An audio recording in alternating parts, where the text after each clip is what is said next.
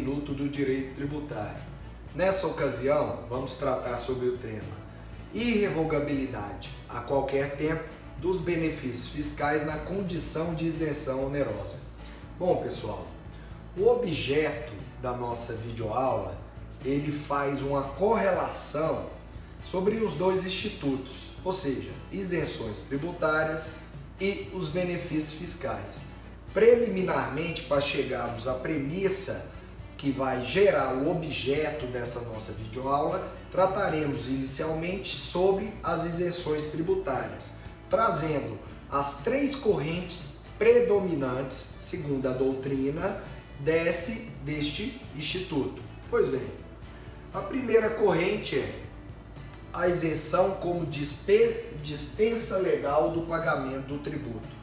O seu doutrinador, idealizador é Rubens Gomes de Souza, desde meados da elaboração do Código Tributário Nacional de 1966. Segundo essa corrente, a fenomenologia da isenção tributária se dá através da incidência da norma tributária para, posteriormente, haver a incidência da norma isentiva a fim de dispensar o dever legal do pagamento do tributo. A segunda corrente, defendida por Alfredo Augusto Becker e José Souto-Maior Bose, classificam as isenções como a hipótese de incidência de não incidência legalmente qualificada. Segundo essa premissa, a lei de isenção incide para que a norma tributária não possa incidir. Ou seja, no primeiro momento temos a incidência da norma isentiva para dispensar posteriormente a incidência da norma jurídica tributária. A terceira corrente, defendida pelo professor Paulo de Barros Carvalho, salienta que o Instituto da Isenção seria uma norma de estrutura que atua na norma de incidência tributária a fim de mutilar um ou mais dos seus critérios da regra matriz de incidência tributária, dispensando o contribuinte quanto ao seu dever de pagamento pelo lugar, pelo tempo ou pelo critério material em si. Bom, agora, delimitados esses conceitos, vamos adentrar ao Instituto das Isenções Tributárias, segundo as suas previsões no Código Tributário Nacional, que são vários regramentos que permitem a sua aplicabilidade e também revogação e exceção a essa revogação. Pois bem, no primeiro momento, a isenção tributária possui previsão no artigo 175, inciso 1, classificando-a como hipótese de exclusão do crédito tributário. No segundo momento, nós temos uma sistemática referente ao veículo normativo competente para a sua instituição. Segundo o artigo 176 do Código Tributário Nacional, a isenção será instituída sempre em virtude de lei. Daí vocês me perguntam, Frederico, pode as isenções tributárias serem instituídas pelos entes políticos mediante a edição de portaria ou decreto? Não, ela será sempre decorrente de lei. Nós temos também o artigo 177 do Código Tributário Nacional, que preleciona sobre a extensão da aplicação das isenções. Quais tributos de fato ela abrange? As isenções tributárias abrangem tão somente os impostos, não sendo extensivos para as taxas e as contribuições de melhoria e também para outros tributos após a sua concessão. Adentrando a seara das isenções, temos agora a questão da revogação das isenções tributárias.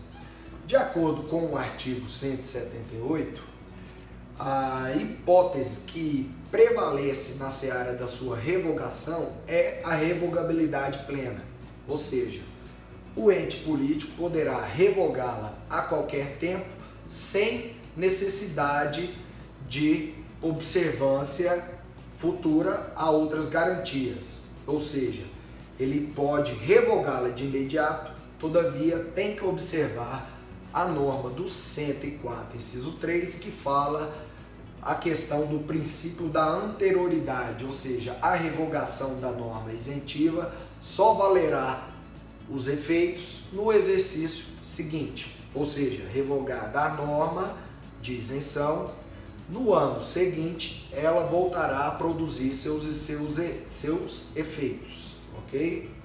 A questão da exceção está ainda no artigo 178, que no final do caput estabelece uma situação peculiar de irrevogabilidade das isenções tributárias, ou seja, aquelas, segundo a doutrina, denominadas de onerosas, que são aquelas com condições impostas pelo ente público ao particular, para que ele atenda essas condições a fim de usufruir do benefício isencional, e também prazo certo.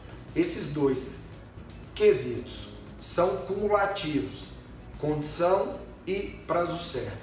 Pois bem, delimitadas essas considerações iniciais e bastante relevantes sobre a seara das isenções, vamos agora adentrar sobre o conceito de benefício fiscal na legislação. A Constituição Federal, ela apenas faz menção a benefícios fiscais. Nós não temos um conceito explícito do que é o benefício fiscal. Ele remete à lei infraconstitucional.